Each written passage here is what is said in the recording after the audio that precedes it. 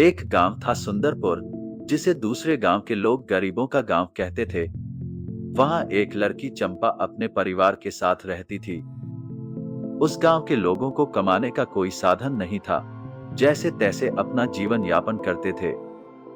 चंपा बगल के गांव के बच्चों को देखती थी, उनकी खुशहाल जीवन को देख देख कर खुश हो जाती थी।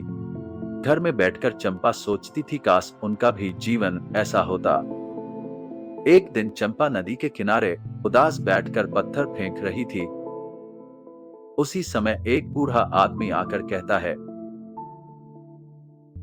तुम इतनी उदास क्यों हो बेटी, तुम्हें क्या हुआ? बाबा, मैं बहुत परेशान हूँ। मेरे गांव के लोगों को खाने के लिए अनाज नहीं है, उन्हें रहने के लिए घर नहीं है। मेरे गांव के लोगों को कोई काम नहीं है। दूसरे गांव के लोग मेरे गांव को गरीबों का गांव कहते हैं। मैं क्या करूँ? मैं पैसे कहाँ से लाऊं?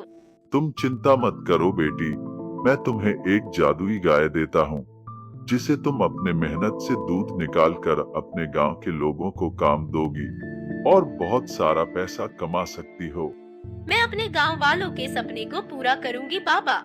बेटी ये लो जादुई गाय, इससे तुम जितना दूध निकालोगी उतना दूध निकलेगा और इसे बेचने का काम तुम पूरे गांव वालों को दे सकती हो। लेकिन यह गाय केवल 1 वर्षों तक तुम्हारे पास रहेगा। घर जाकर चंपा गाय से दूध निकालने लगी और उसे दूसरे गांव में बेच देती थी।